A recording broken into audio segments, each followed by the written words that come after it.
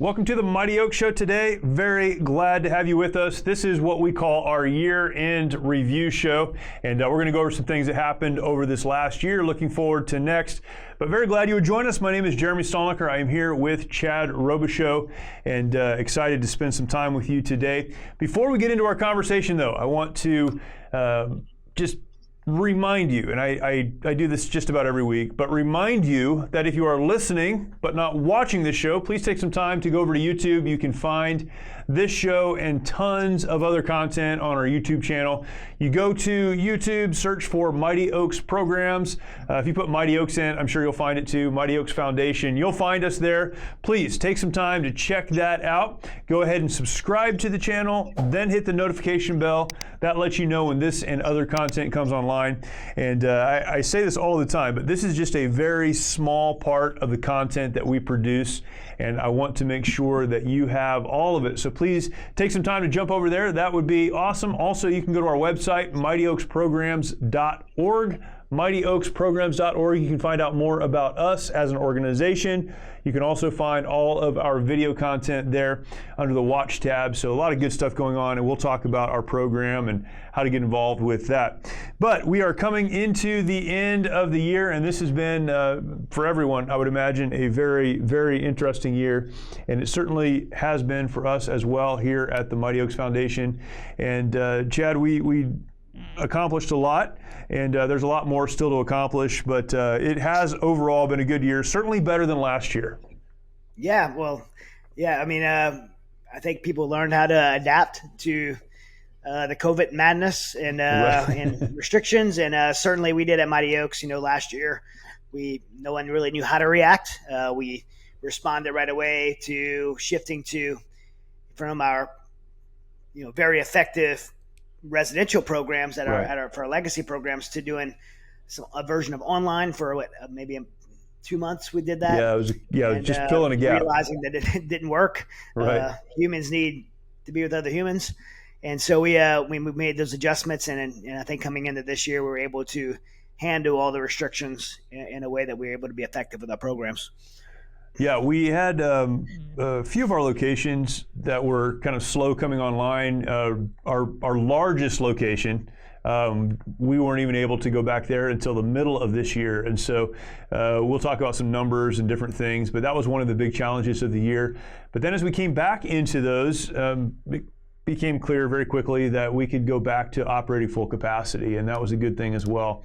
And our team just did such a great job of pivoting and getting us back to where we need to be. What's crazy, and this is, you and I both talked about this in different places, but the need for our programs became greater over the last year and not less. And maybe that seems a bit counterintuitive to folks, but as human interaction did shut down, as people were isolated, and then all of the restrictions placed on our active duty service members, and this continuing kind of lack of clarity due to the COVID stuff, it's continued to be a problem, and that has created even a greater need for so many who need our program.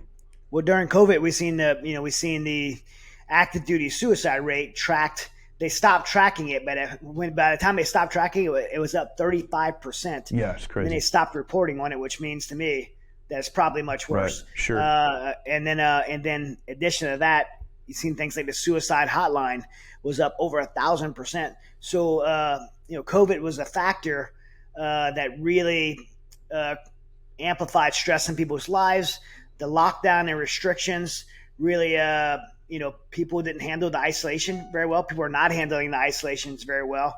And our military service members who joined the military to serve and to train and to prepare to defend our nation, lots of training have been shut down still to this day. Right. And you take a young warrior in their 20s who wants to do warrior stuff, and you lock them in the barracks and confine them. There's going to be some emotional, psychological, spiritual problems that arise from that. And we've seen all that manifest in, again, these high suicide hotline calls, the suicide rates increasing. We don't know what it is, and even in the veteran community, it scares me to know, but I don't think we'll ever be told what the suicide rate is. And then we've seen it at Mighty Oaks with the applications increasing and demand becoming on Mighty Oaks Foundation to say, I need help for the things that I'm struggling with. And this year marked the highest application rate that we've ever had in the history of Mighty Oaks, which says two things. One, good on our team. Behind the scenes here is our producer, Michael Cameron, who's also our chief of marketing, who helps us get the word out to people to apply for our programs. And so that's a good thing that we had our highest application rate ever because we know we're reaching people. But the bad side of that is the need's greater than ever. Yeah. And, the demand is there because people are struggling. People are hurting. People need help. People need hope. They need direction. And while we wish that wasn't the case, we are going to be here to support them. And then, in addition to the amplifying effects of COVID on mental illness and depression and anxiety, PTSD, and veteran suicide, the amplifying effects from COVID. In addition to that, you had Afghanistan, the Afghanistan withdrawal. Right. And many U.S. service members from Vietnam struggle with being reminded of how the United States left Saigon.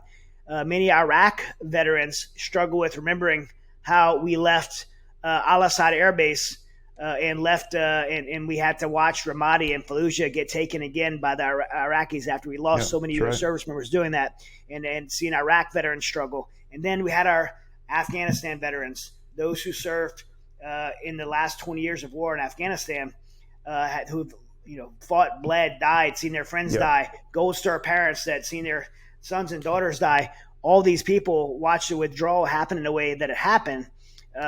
It really took a hard hit and is taking a hard hit on the veteran community and how they're responding to it. And there's been massive amounts of depression and cries for help. We had 77% of the veteran community say they wanted to participate in rescuing allies from Afghanistan. 45% of them said they did participate, meaning they got on WhatsApp and they helped try to walk their interpreter into the airport. Most of them didn't make it. And that's a traumatic event to try to rescue someone's life over the telephone, and they don't survive. They don't get out. And so this is something that these two issues, COVID and Afghanistan withdrawal, these two issues that's going to not just be something that we're talking about for this year, it's going to carry into next year in the years to come. Yep. I think one of the things that those events and a lot of the events over the last couple of years have highlighted is that there will always be a need for programs like our legacy programs like the Mighty Oaks Foundation. People have asked quite often, I get asked this question still, do you think there will be a diminished need for Mighty Oaks as the wars wind down and people talk about Iraq and then they talk about Afghanistan? And that, first of all, I think that's a very hopeful outlook on the world. There will be more war and there will be more conflict, there will be more problems. But even if there weren't, the world as it is and the issues that our veterans and service members face post-combat, post-deployment, post-war, create other issues in their own lives, in their families, in their communities, and these are issues that we'll continue to have the opportunity to help them work through. And it's just been a great reminder, I think, that the world is crazy. It's always been crazy. It will always be crazy. And there will always be a need for men and women who can help other men and women who are struggling. Yeah, absolutely. I mean, take combat out of it. The climate of America is a stressful place to be. I mean, if I didn't have PTSD from Afghanistan, I sure have it from the politics in this country. This is very, the world's very divisive and it's very confusing for young men and women. Military members who raise their hand and say, I want to serve my country, to leave the safety and security of their own home, the guidance of their parents, and they venture out into the unknown bravely to do that for our country. And then they get faced with things like, the COVID vaccine. And, not to make this issue about the COVID vaccine, but you may agree with it, you may not agree with it. But the mandates of COVID vaccine on our troops has created a very stressful environment for many of our service members. Yeah. Issues like that are issues that, young people, old people in our country are facing every day. And there's always going to be a need for, the generation ahead of them to help point them in the right direction, to help cast hope, to give them direction, and to help move them forward. Yeah, and this, again, another aspect of this is a reminder that not only combat veterans struggle with things that have happened as they've served their country. We look at the law enforcement community, the fire community, that first responder kind of segment of our community. But also, as you mentioned, we've had more applications this year than at any year in the past, while we also as a country have fewer combat veterans right now than we've had veterans. People who are in the military who have been in combat than we've had at in any year, certainly in our existence as a foundation. So it's life that is often, amplified by military service or service to the community. These issues will always continue, and so we're here to help, and I'm thankful we have that opportunity.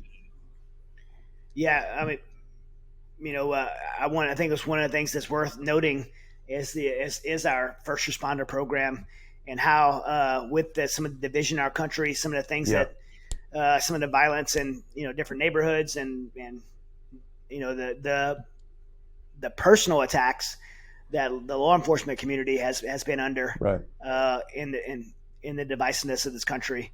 I'm just very proud of our programs team for having stepped up and addressed that by saying, "Hey, Mighty Oaks Foundation, we're here to, aside from the politics of it all, we're just here for you. We're here to serve you. We're here to be here for you, help you through the struggles you may be facing." And we've done, I personally have done several resiliency events at police departments around the country. I spoke, just my most recent was at the Arizona Tactical Law Enforcement, spoke to, I think, 500 SWAT team and tactical officers, and just helping that community.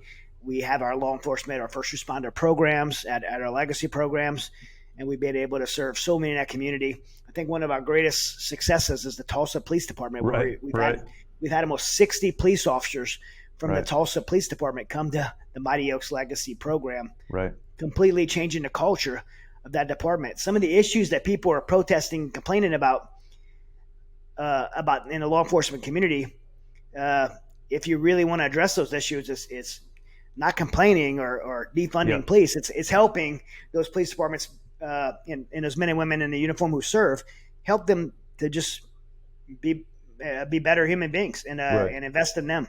And help them do their job and love on them and care for them. And that's what we've done at Mighty Oaks. And it's something I'm real proud of our organization for. Yeah, our first responder program has gone from let's include first responders in what we're doing to being our most in-demand program, our most requested program, along with our women's program. So those two are kind of our most in-demand, and some of that's numbers. We just don't have as many opportunities there as we do on our men's legacy programs. But yeah, it's been an incredible blessing to be able to serve so many in the law enforcement community and the fire community as well. And we continue to do that. One of the areas that has been a bit of a struggle this year, it has been on the resiliency side. That's become a very big piece of what we do. In resiliency for us, it means a lot of things, but primarily it means going to places where there are active duty service members, or as you mentioned, first responders, people who are continuing to work, continuing to serve, and helping them, giving them a different perspective perhaps than they have on life, and talking to them about some of the issues, some of the challenges of what they're doing, and then giving them the opportunity to have the resource of Mighty Oaks, whether it's our legacy program, the week at the program. We always provide other resources and other opportunities for them to get help.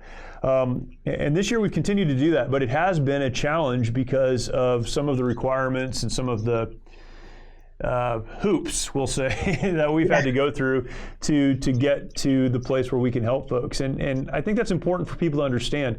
When we look at the COVID requirements and the regulations and all the stuff that goes along with that, there is a segment of our community, those who serve us, that may not get the help that they need because of that. Yeah, I mean, if you put, the more restrictions you put, the more restricted it is. Hence the word restrictions. Right. And we, we have to be able to do the work that we do. The resiliency programs that these troops and commanders are desperate for. Right. As those restrictions increase, it becomes more difficult for us to do it. And that's been, a lot. We're still doing quite a bit, but there's so much more that we can be doing, if not for these restrictions. Yeah. And these restrictions right now seem to be the most important thing, or the most significant thing that unit commanders are having to deal with. In the past, when you and I were on active duty, the evaluation of a military unit was based on combat readiness, right? How well they could do their jobs, had they met all their PMEs, like all their training, everything they had to requirements for the year. Yeah. Currently, the most important thing that a commander is evaluated on is the number of people who are either have contracted COVID in their unit or have been vaccinated. Yeah. And that's a major concern, I believe, for our national security.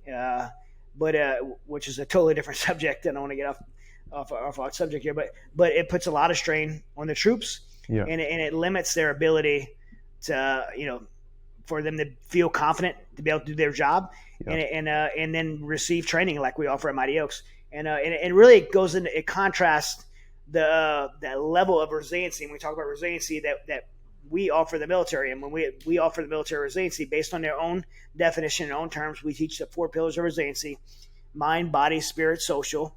Being mentally tough and mentally prepared, being physically tough and physically prepared. Yep. Spiritually, having a strong spiritual foundation, and socially being surrounded by the right people. And so you take all 4 of those things, and as you require these restrictions, it's going to limit their ability to be physically prepared. It's going to limit their ability to get all the training and be as mentally prepared as they can to do their job. Spiritual foundation, I mean, sometimes religious services are restricted and limited.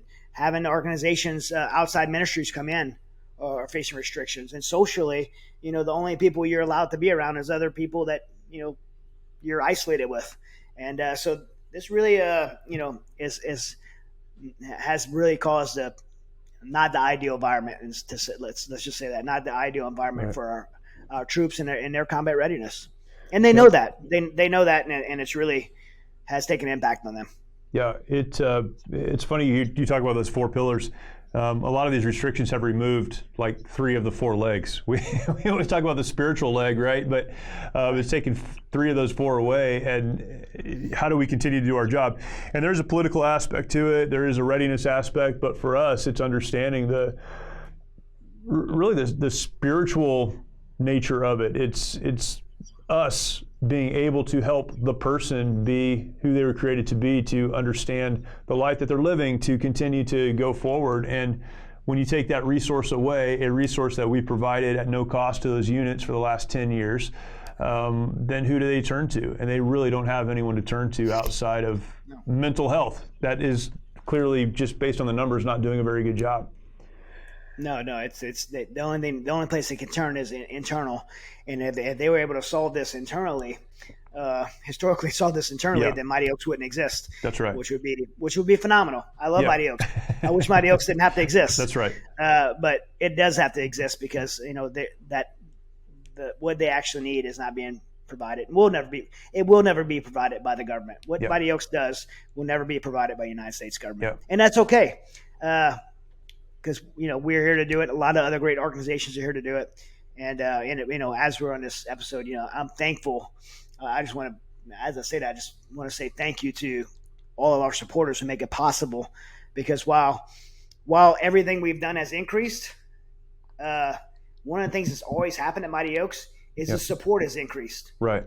And it's just, I was talking to someone today about this, someone outside of Mighty Oaks, and just saying how it's always been just God ordained in a way that I can't even explain it, because as that need goes up, the donor support goes up, and we could be. I think a lot of people right now are doing end of the year pleas for support, where they're like, "We're going to go out of business if we can't get your money. We need support. We need your support.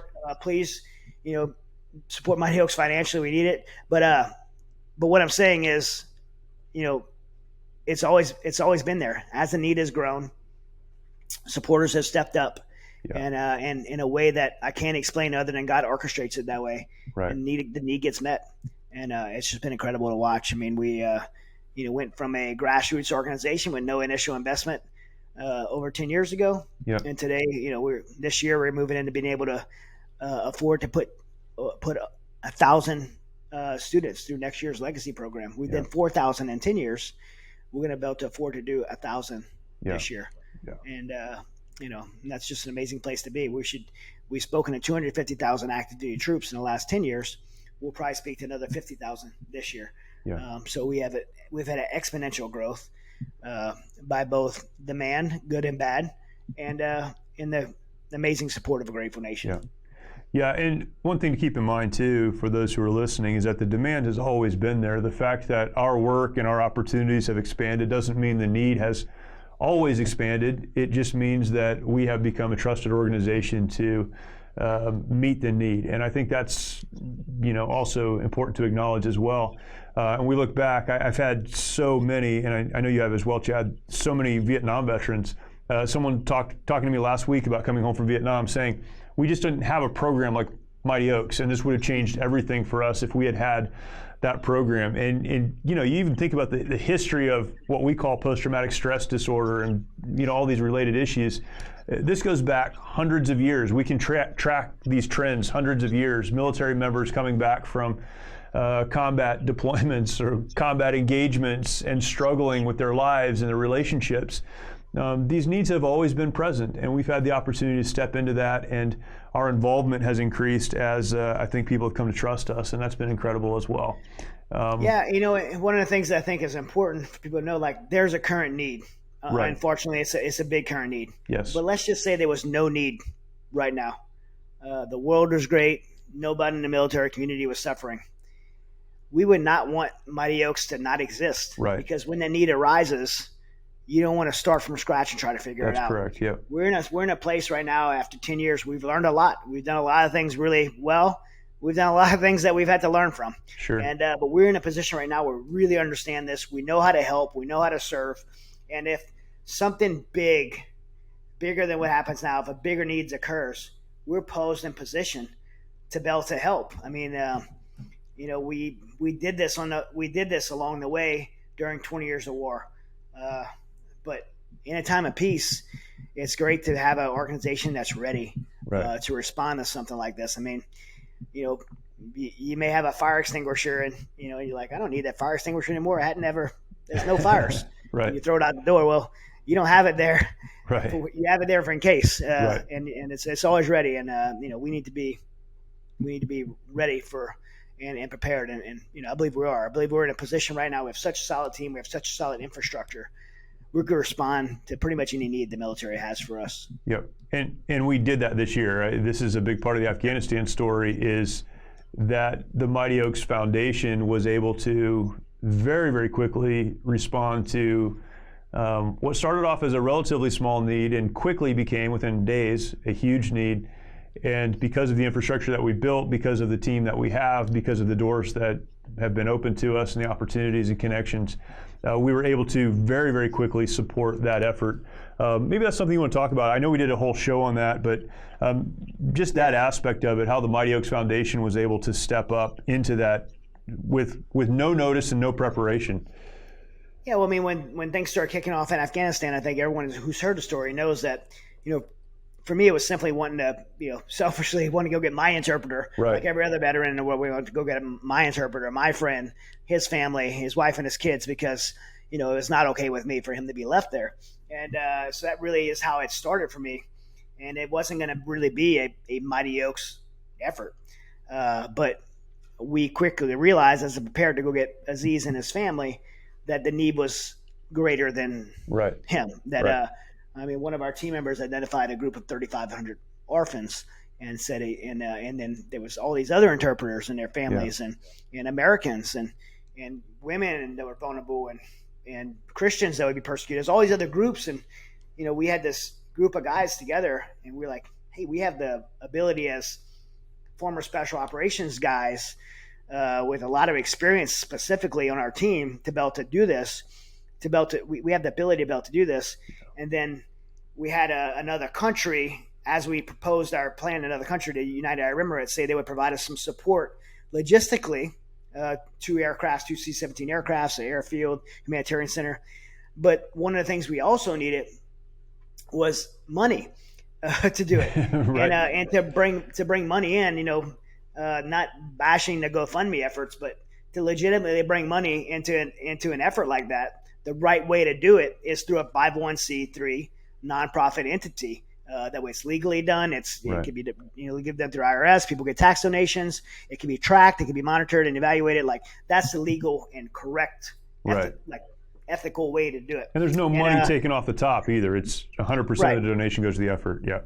Exactly. So that was the right way to do it. So, Mighty Oaks is a established 501c3. So we went to our board of directors and said, hey, this is not in the Mighty Oaks mission to do this. And for 10 years, we've never stepped outside of the Mighty Oaks mission. We've been very diligent, you and I both, to keep things in that lane. But this was one of those things that we felt this, God's burdening my heart as the founder and president to help these people. We have the ability to help these people. And this isn't a long-term sustained thing. At the time, we were thinking this would just be a temporary thing. Right. And so we changed our bylaws. We voted on it as a board, and we said, okay, we're going to help in this need. And so we started the Save Our Allies campaign, like a campaign effort and partner with the Independence Fund, Sarah Verardo and her team, and Dan Stinson, and the guy I served with in Afghanistan before, Tim Kennedy, Nick Palamisio, Palasami. I can't even. I've been friends with him for like 15 years. Palmisano, him.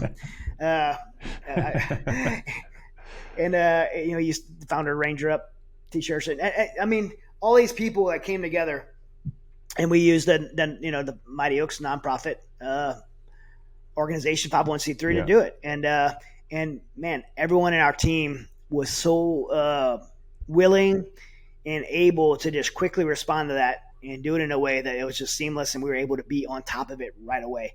And because of that, literally because of that, lives were saved. If it had not been for us having a structure and a staff that we had at Mighty Oaks, people's lives would have been lost. More people than it was. I mean, we, in 10 days, we saved 12,000 people, and another 3,000 to 5,000, kind of estimating now, another 3,000 to 5,000 since then. 15,000 to 17,000 people have been saved since then through the Save Our Allies effort.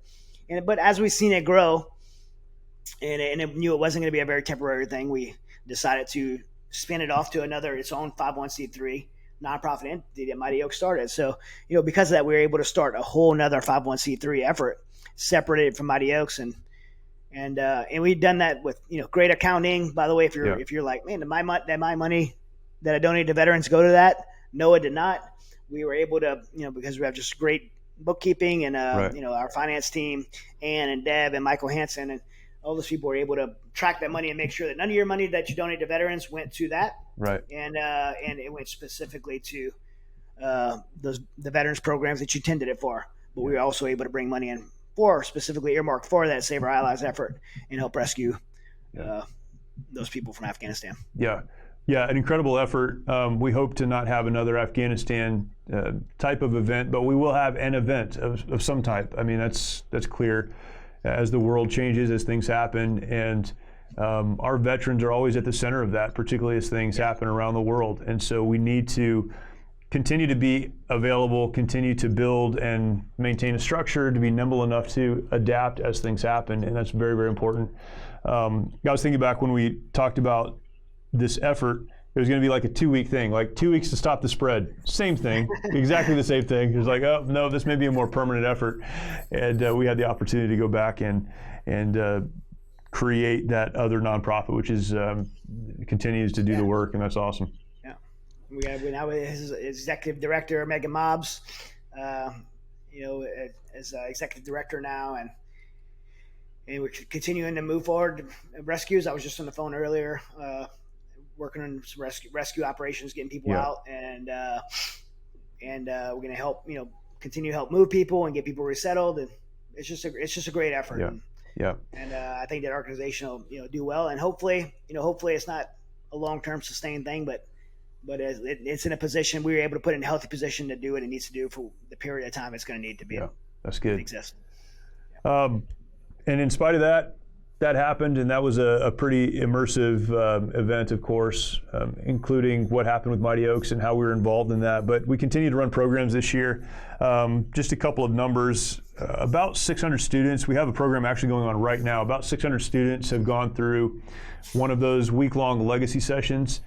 And 600. We had a goal of 800 this year, but we also didn't know that our largest facility would be shut down for half the year. And so we made some adjustments, but 600 students, and it's hard to picture that if you haven't been to one of those. I was talking to someone this morning who volunteered at the session that's happening right now. I talked to them, and they were there yesterday. They said it was incredible. I've followed Mighty Oaks forever, but incredible to see what's happening there and the exposure. So thankful for that. 600 students. That is men, that's women, that is both veterans, active duty service members, as well as first responders.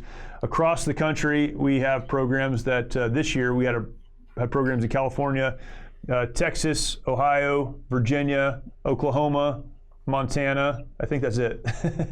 But it seemed like across the country, and man, always something going on. Did 31 week-long sessions this year, and that would include a family camp that we did. This is the very first year that we've done a family camp, bringing many of the families together and spending time with them, which was awesome as well. So a lot of great things happened, and we continue to look toward next year and build out the infrastructure, as Chad mentioned, for that. So a lot of good things there.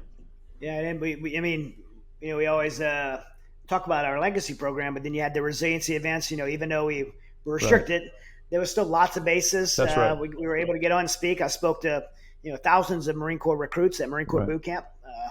We got a great new commanding general there, one of your old teammates. Yeah, one of our old company commanders, General Morris. Yeah. Yeah, it was a great new commanding general there, who I really am. General Heritage was awesome, and I was really when he was leaving, I was like, oh man, I hope we get another good one. Right. General Morris is going to be great to work with, and so and we got to do a lot of resiliency events. One of my highlights this year was the last one. I got to go speak at the Marine Corps Ball, which was kind of coincidental because I got to speak at the Marine Corps Ball at my old unit at 3rd Force Recon as the guest of honor and guest speaker, which was so cool to go back to my old unit and do that. And even guys that I put through the Recon Indoctrination program back all those years ago are still at the unit as Master Sergeants and Master Gunnery Sergeants now. I thought it was so cool. And then you got, at the same weekend, you got to speak at your old unit, 1st Battalion, 5th Marines. Yeah, it was that was crazy that it happened on the same weekend too, because they weren't scheduled at the same time at all. But that was the very first company I served in the Marine Corps. So this was back in 2000, so a long time ago, which is funny to walk into a room full of people you served with when everyone was young. But there we were. And it was awesome. We had a big reunion, and I was able to speak, to present Mighty Oaks, to talk about the resources, to talk about trauma, to tell my story a little bit. And man, that was just such an awesome thing. But yeah, really cool that it happened on the same weekend. That was kind of a weird thing. Yeah. And the resiliency events continue. We also had the opportunity, of course, to speak at many churches across the country and continue to do that. So, pretty incredible year, and very, very grateful, as Chad mentioned, to those who support, who give, and who make this happen. And as we look to next year, we are thankful for the support that we've had, but we'd ask you to continue to support. And we'll move from 600 or so students this year to making that step to get as close to 1,000 students next year as we possibly can.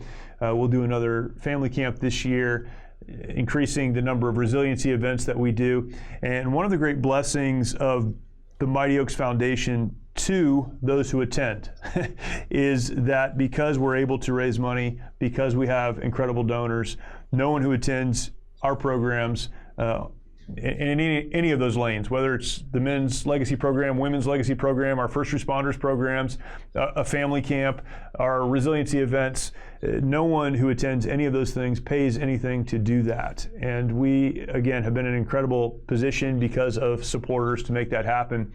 One of the biggest obstacles to someone attending one of our sessions, because they don't want to come anyhow most of the time, is money. They'll say, well, I just can't afford it. We'll say, that's great, we will pay for it. And then we also cover the cost of travel. It's a huge expense that we incur every year. But again, it's because of donors that we're able to do that.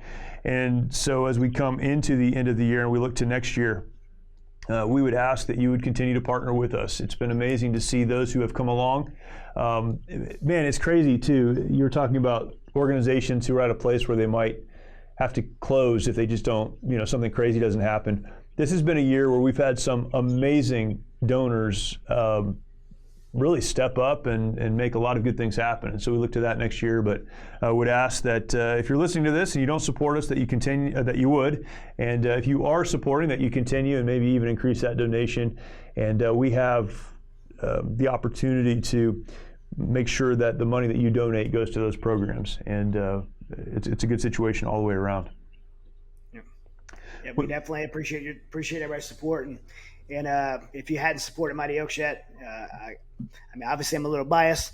Right. Can't think of a better place to support than Mighty Oaks. Not only are you helping, these warriors who helped us, serving those who served Right. us, but it's also the type of program that invests in communities, families, communities in this country. I mean, if you want to make a major investment, we're not just helping people get better. We are challenging them to live purposeful lives again. That's right. To lead again, and turn around and pay it forward and invest in their families, in their homes, their communities in this country.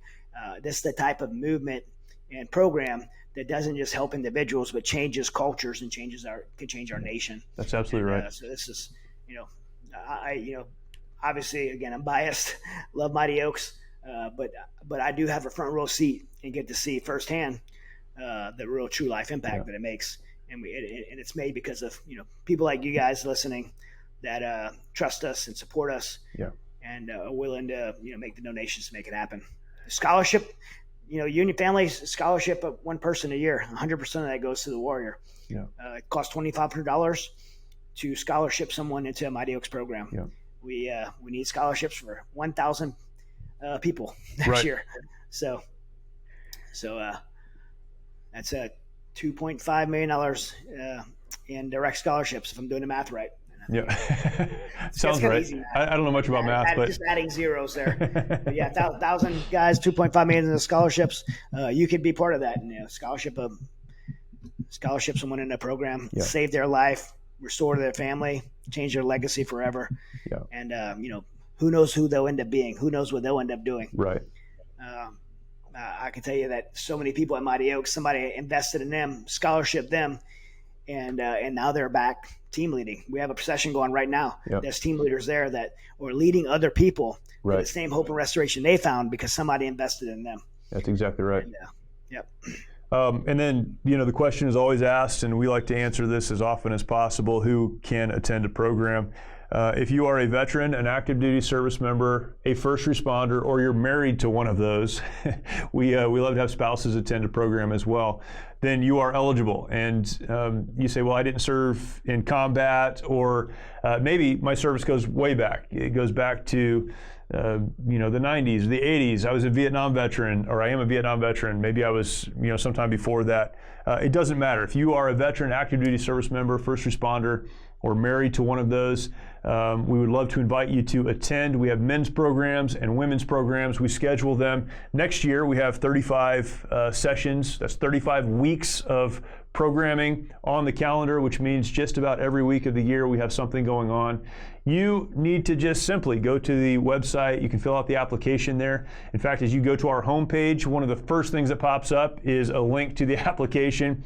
Fill that out, and we'll make sure that our team gets back to you and helps you get set up. We do all the logistics, all the scheduling, all the planning. All you have to do is fill out that application, and we'll even cover the cost of travel to get you there. So we would love to invite you to come and be a part of that, and that would be fantastic.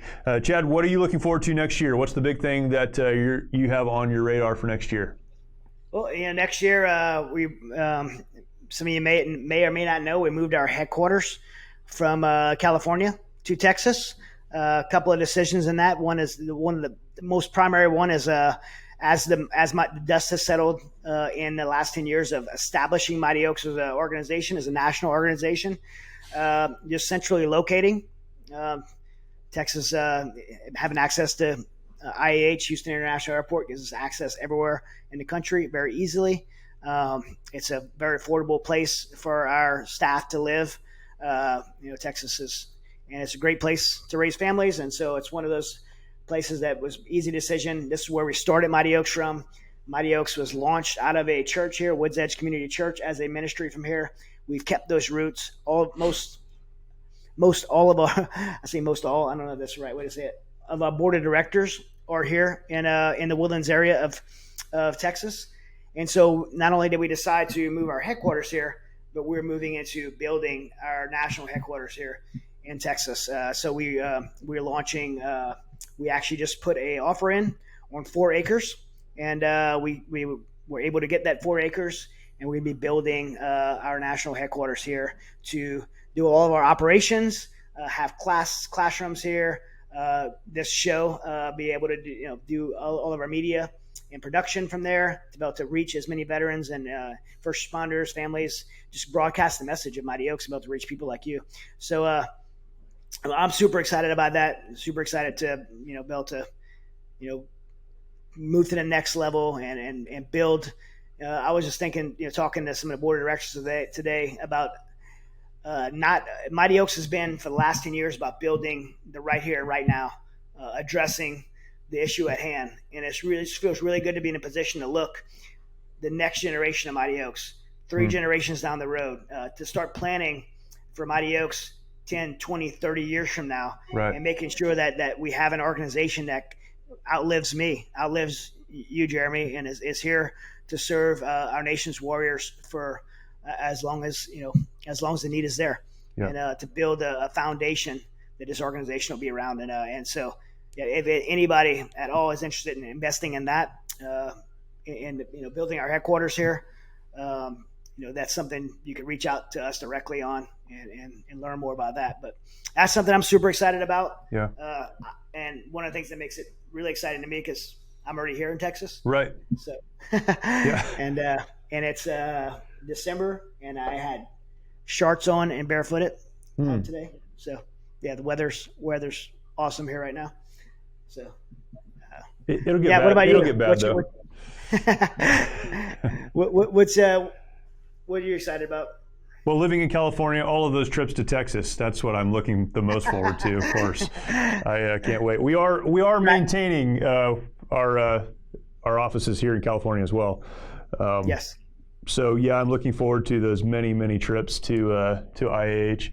But yeah, there's a lot to look forward to. I am probably the most grateful coming out of this year than maybe I have been in the past for the team that we have, and feel like we really, maybe for the first time, have the team that we need to carry us into the future.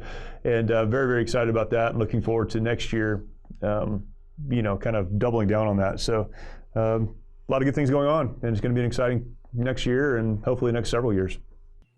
Oh yeah, absolutely. Well, for those that are watching and listening, thank you for doing that. A lot going on. Please take some time to go over to the Mighty Oaks website, mightyoaksprograms.org. We do this show once a year, and for those of you that listen every week or often, thank you for doing that. Hopefully this is a good wrap up for you, but tons of other information on our website. I'll tell you one of the best ways to keep track of what we do, in addition to social media, you can find all of that, but is to sign up for our newsletter. Our newsletter goes out every month and kind of outlines everything that's happening. These big events and our program schedule, all those things come right to your inbox. You don't have to go looking for it. And I would love to have you join us there. But a lot of good things going on. Again, please take some time, if you haven't, to go to YouTube. You can find our YouTube channel, Mighty Oaks Programs, Mighty Oaks Foundation. Search for those terms. You'll find us. Hit the subscribe button, hit the notification bell. You can follow along, share this content out, and I'm confident it will be a help to others. Thank you for watching. If you're listening, thank you for listening, and we look forward to talking to you next time.